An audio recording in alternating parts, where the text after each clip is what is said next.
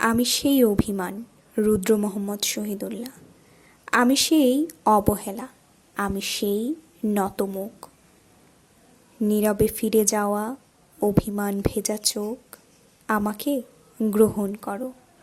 উৎসব থেকে ফিরে যাওয়া, আমি সেই প্রত্যাখ্যান, আমি সেই অনিচ্ছা, নির্বাসন বুকে নেওয়া ঘোলাটে চাঁদ।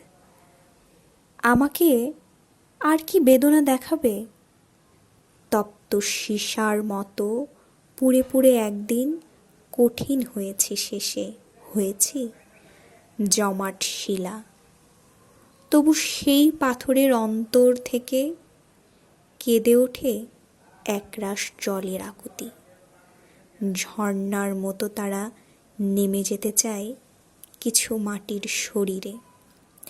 আমি সেই নতমুখ, পাথরের নিচের করুণ বেদনার জল। আমি সেই অভিমান, আমাকে গ্রহণ করো।